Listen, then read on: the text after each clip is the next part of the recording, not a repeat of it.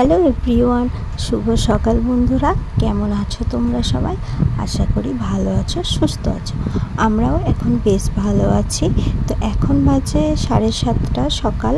এখন তোমাদেরকে সবাইকে সাথে নিয়ে আমার নতুন আরও একটা ব্লগ শুরু করলাম। সকালে ফ্রেশ হয়ে এই ড্রাই ফ্রুট বলতে আজকে বাড়িতে শুধু খেজুরই ছিল, তো ওটাই আমি আজকে খাচ্ছি। তার ওই 10 মিনিট পরে আমি সকালের খাবারটা বানিয়ে নিয়েছিলাম। আজকে টিফিনে করেছিলাম পরোটা, আর একটু বেশি করেই করেছিলাম কারণ তোমার দাদাভাইও চা দিয়ে খাবে। কবে থেকে না ভাবছি ঘরটা একটু ঝাড়বো। এই প্রেগনেন্সি চলাকালীন আমি সেভাবে কোনো কাজ করতে পারিনি। অনেক দিন ধরেই ভাবছিলাম যে ঘরটা পরিষ্কার করবো। আজকে বুধবার, আজকে দিনটা ভালো হবে। তো চলো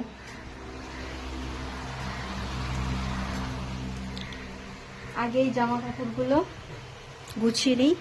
এগুলো সে কাল থেকে রয়েছে, শুকিয়ে গেছে। আজকে ভালো রোদ দিয়েছে, কালকে বৃষ্টি পড়ছিল, সে কারণে এগুলো বাইরে দিতে পারিনি। তো আজকে আমি এগুলো সব গুছিয়ে নিয়ে তারপরে উপরে ঝোলটা ঝেড়ে নেব।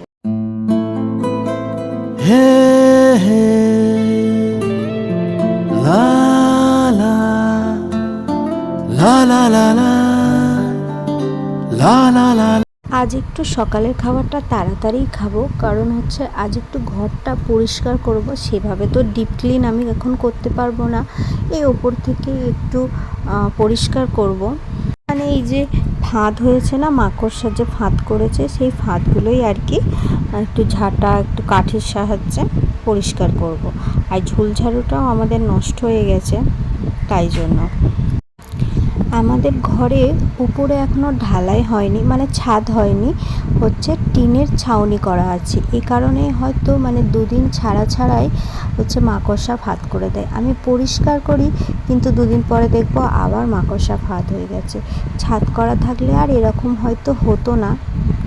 আর আজ এতটা গরম পড়েছে যে আর বলার মতো নয়।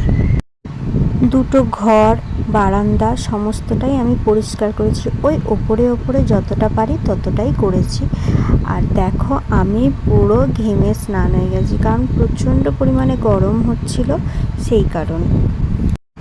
আমার বাচ্চার নড়াচড়া কত সপ্তাহ থেকে বা কত মাস থেকে আমি বুঝতে পেরেছি, আজকে তোমাদের সাথে সেই কথাটা শেয়ার করব।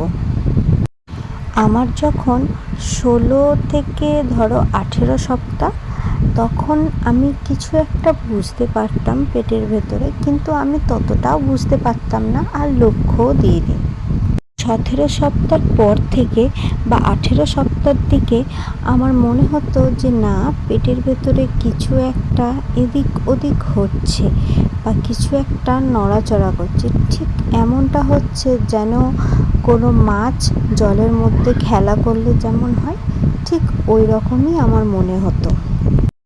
আমাকে যখন সেন্টার থেকে আশা দিদিরা বলল যে তুমি কি বাচ্চার নড়াচড়া বুঝতে পারো, খেয়াল রাখবে, আমি বললাম হ্যাঁ বুঝতে পারি, খুবই অল্প। আশা দিদিরা আমাকে বলেছিল এখন হালকাই বোঝা যাবে, 20 সপ্তাহ থেকে 22 সপ্তাহ পর থেকে বাচ্চার নড়াচড়া খুব ভালোভাবে তুমি বুঝতে পারবে। আর আমি 20 সপ্তাহ পর থেকেই খুব ভালোভাবে বুঝতে পারতাম, আমার বাচ্চার নড়াচড়াটা আমি অনুভব করতে পারতাম। আর বাচ্চার নড়াচড়ার যে অনুভূতিটা হতো, ওটা আমার না খুব ভালো লাগতো, খুব সুন্দর লাগতো। আমি সারাক্ষণ অপেক্ষা করতাম যে কখন একটু নড়াচড়া করবে বা পেটের মধ্যে ধাক্কা দেবে। প্রতিটা মায়ের কাছে এই অনুভূতিটা খুবই স্পেশাল হয়। আর এখন আমি প্রায় সময় ওই অনুভূতিটা পাই, প্রায় সময় আমি বুঝতে পারি যে আমার বাচ্চা নড়াচড়া করছে।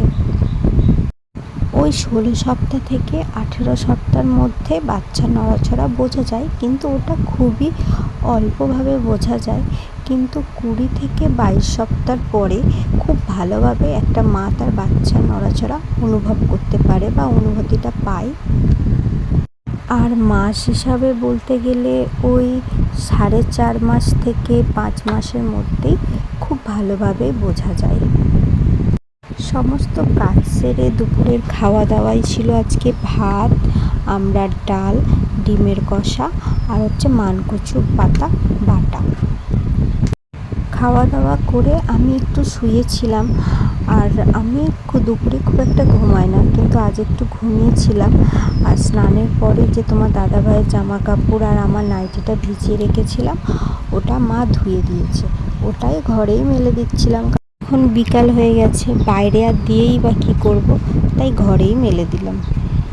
তোমাদের দাদাভাইয়েরও কাজ থেকে আসার সময় হয়ে গেছে, এই একটু পরেই এসে পড়বে।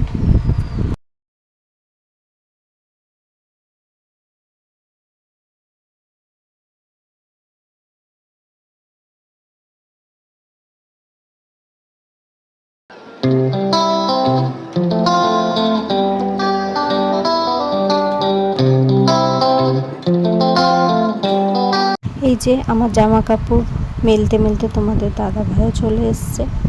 আর ওকে কিছু জিনিস আনতে বলেছিলাম, এই যেমন এই নিমকির প্যাকেটটা আর সেন্সোডাইন, আর ওর জন্যই ব্রাশটা এনেছে। কালকেই আনতে বলেছিলাম, ও ভুলে গিয়েছে, আসার সময় আনতে ওর মনে ছিল না, তাই আজকেই নিয়ে চলে এসছে। এই নিমকিটাকে না আমরা কাঁটা লাগা বলি, আর একটা নিমকি পাওয়া যায়, ওটা আনতে বলেছিলাম, ওটা পাইনিও, তাই এটাই এনেছি, এটাই ওকে খেতে দিলাম। ওকে খেতে দিলাম নিমকি, আর আমি খাচ্ছি লেবু। ও আজকে কাজে থেকে এসে কাজ করেছে, কিন্তু আজ একটু তাড়াতাড়ি কাজ শেষ করেছে, কারণ হচ্ছে সন্ধ্যাবেলায় হচ্ছে চা খেয়ে আবারও কাজে বসবে। আর এই কাঠগুলো হচ্ছে বাড়তি কাঠ, মানে সাইডের কাটা কাঠ, এগুলো জ্বালানি হবে।